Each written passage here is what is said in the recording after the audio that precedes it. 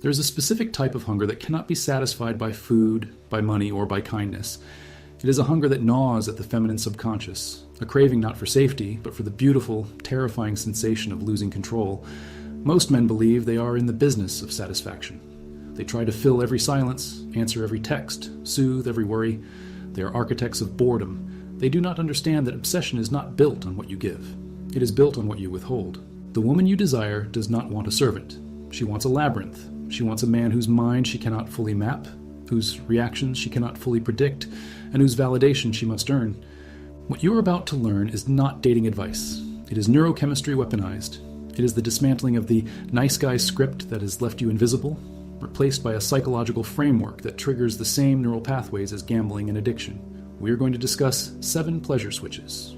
These are not physical buttons. They are glitches in the female operating system. When you flip them, you do not just get her interest, you get her insanity. You get the kind of devotion that makes her cancel plans, ignore her friends, and stare at her ceiling at 3 a.m., wondering why you haven't called.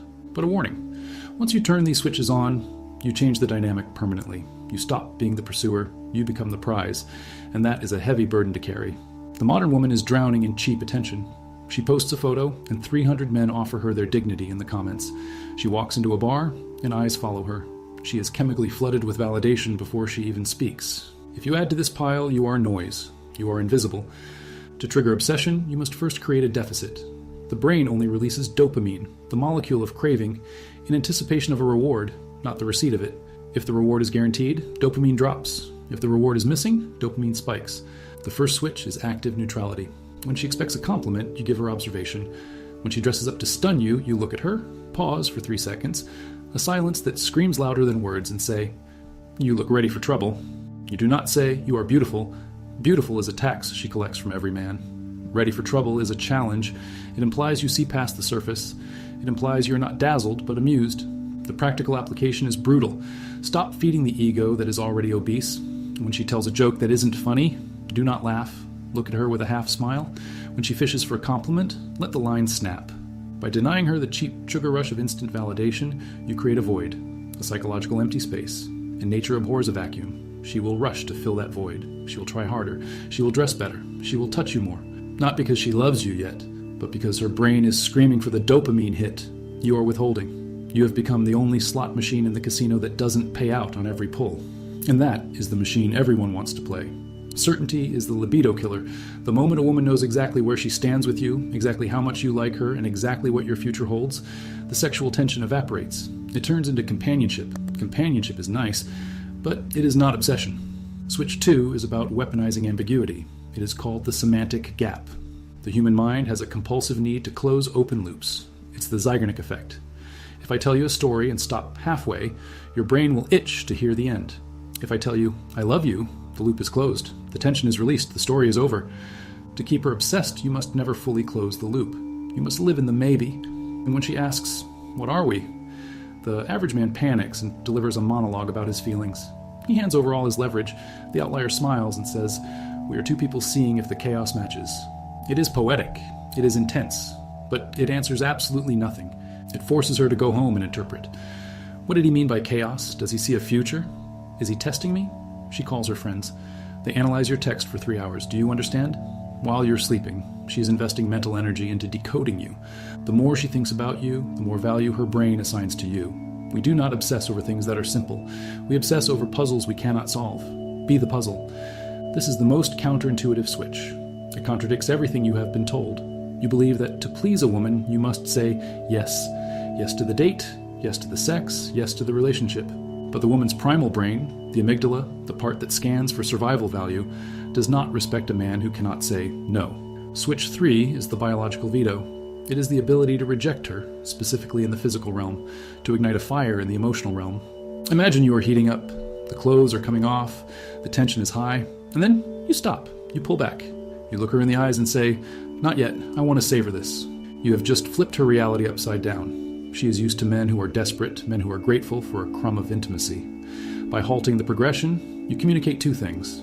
You have such high abundance that you do not need to rush. You are in total control of your impulses. A man who controls his hunger is dangerous, and danger is sexy. This rejection creates a spike in frustration that converts immediately into hyper-desire. She feels rejected, which hurts her ego, but you framed it as savoring, which soothes her ego. This cognitive dissonance drives women insane. She will try to seduce you harder. She will want to prove she is irresistible. You have turned the tables. You're not trying to get into her bed. She's trying to get into yours. Humans are mimetic creatures. We want what others want. If you put a diamond on a table and no one looks at it, it is a rock. If you put that same rock down and 3 people fight for it, it is a treasure. Most men try to prove they are loyal by cutting off the rest of the world. They scream, "I only have eyes for you." They think this is romantic. It is boring. It tells her she has no competition. If she has no competition, she can relax. If she relaxes, the obsession dies. Switch 4 is the triangular shadow. You never cheat, you never lie, but you never let her forget that you are a man in demand. It is subtle. It is the text message you check but don't explain. It is the way you mention a female colleague's idea with genuine respect. It is the way you smile at the waitress, not flirtatiously, but charmingly. She smiles back. You are creating a shadow of a third party. You're signaling that the market has not closed. You're a stock that is still being traded.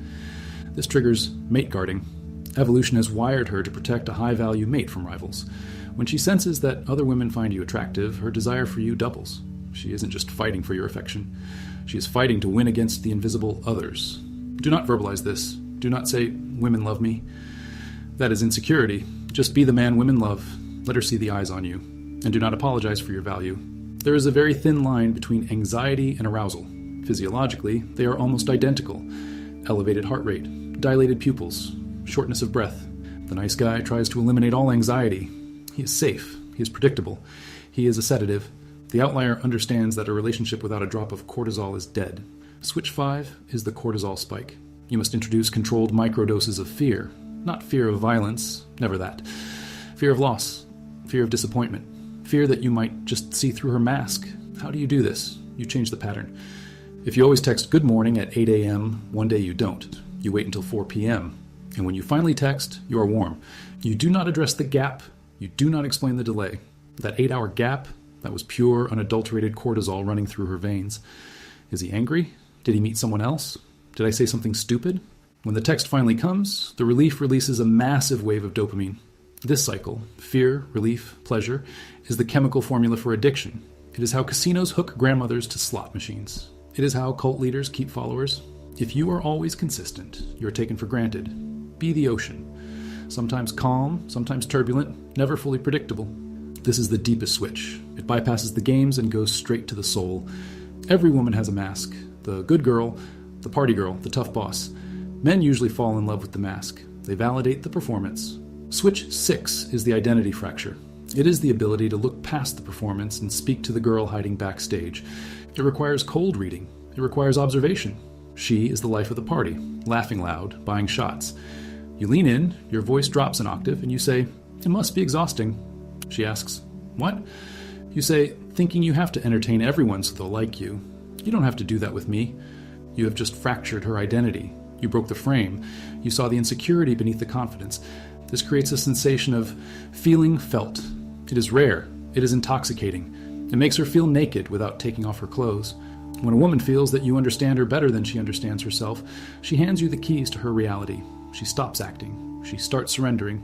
She obsesses over you because you are the mirror she has been waiting for. We live in a world of weak men.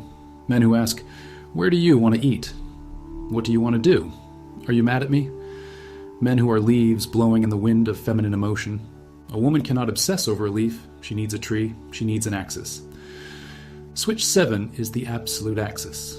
This is not about being bossy. It is about having a direction that is more important to you than her feelings are. Read that again. Your mission, your purpose, your code of honor.